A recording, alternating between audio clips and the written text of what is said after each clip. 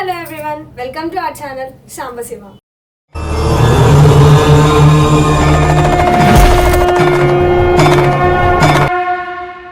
నా పేరు కీర్తి. ఈరోజు మనతో ఉన్నారు వెంకట శర్మ పంతులు గారు. నమస్కారం పంతులు గారు. నమస్కారం పంతులు గారు, మా ఇంట్లో పెద్దవాళ్ళు చాలాసార్లు చెప్తుంటారు, అంటే ఇంటి ముందున్న గడప పైన కూర్చోకూడదు, తుమ్మకూడదు అని.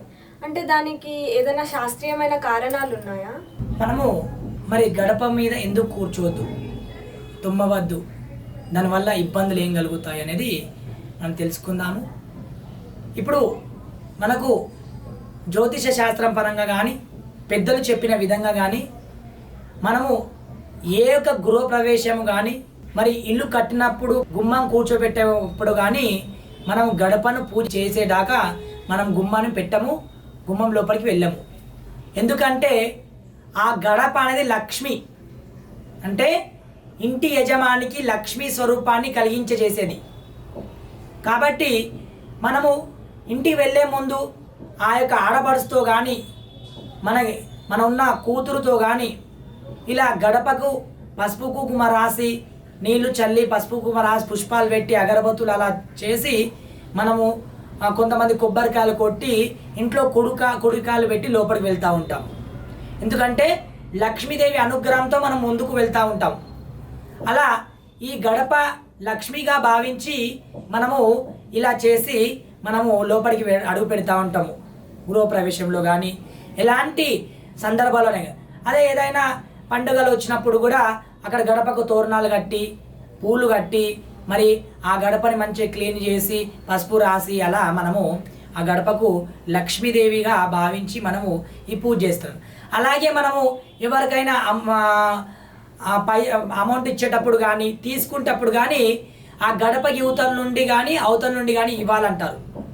ఆ గడపకు అక్కడిక్కడ కాలు పెట్టి ఇవ్వద్దని అంటారు. ఎందుకంటే అలా ఇవ్వడం వల్ల ఆ లక్ష్మి మన ఇంటికి రాదు, మనం లక్ష్మిని బయటకు పంపిస్తున్నట్టు అవుతూ ఉంటుంది. కాబట్టి పెద్దలు చెబుతూ ఉంటారు. మన జ్యోతిష శాస్త్రంగా కూడా చూస్తే ఆ అమౌంట్ ఇచ్చేటప్పుడు మనం ఇంట్లో కన్నా వచ్చి ఇవ్వాలి, లేదా బయట పోయాన్ని ఇవ్వాలి. అలా ఇస్తే మన ఇంట్లో లక్ష్మి ఎప్పుడు దినాభివృద్ధి చెందుతూ ఉంటుంది. అలాగే కొంతమంది గడప మీద కూర్చొని ఏవో మాటలు చెప్తూ ఉంటారు, లేదంటే అక్కడ కూర్చోమంటే అక్కడ కూర్చుంటూ ఉంటారు.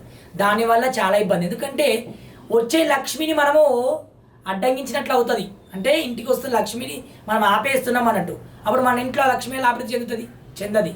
కాబట్టి అలా కూర్చోవడం వల్ల కూడా మన ఇంటికి బరువు, అలాగే వచ్చే లక్ష్మి కూడా ఆగిపోతూ ఉంటుంది. మన ఇంట్లో మళ్ళీ అప్పుల బాధలు అవుతూ ఉంటాయి, రుణ బాధలు అవుతూ ఉంటాయి. మనం ఏది చేసినా మనం ముందుకు పోగలగలేము. కాబట్టి అలా గడప మీద కూర్చోద్దు. కొన్ని సందర్భాల్లో మనం ఎటైనా వెళ్ళినా కానీ ఆ గడప ముందు తుమ్మడం కానీ అది చేస్తూ ఉంటాం. తుమ్మడం అంటే రెండు రకాలు. సరిదైనప్పుడు తుమ్మడం వేరా, హఠాత్తుగా తుమ్ము రావడం వేరా.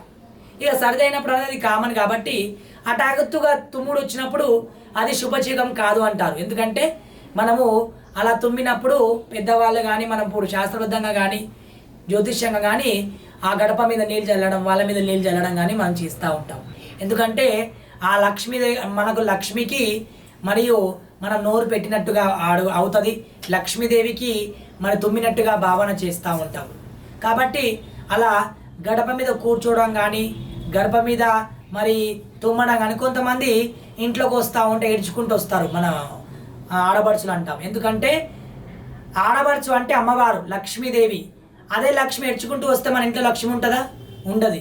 మనకు ఇబ్బందులు కలుగుతూ ఉంటాయి. కాబట్టి ప్రతి ఏ పండగలోనైనా కానీ మనం ఏది చేసినా కానీ కుడికాలు పెట్టి లోపలికి వెళ్ళి మనము పని చేస్తూ ఉంటాం. అంటే రుణ బాధలు తొలిగిపోతాయి, అప్పుదల బాధలు తొలిగిపోవాలని చెప్పి మనం ఇలా ఆ గడపలో కూర్చోకుండా, తుమ్మకుండా, గడపకు అటు ఇటు నిలబడి మాట్లాడకుండా, ఏదైనా ఇచ్చే అమౌంట్ కానీ అక్కడ ఇక్కడ కాలు పెట్టి ఇవ్వకుండా మనం చూసుకోవడం, జాగ్రత్త పడాలి.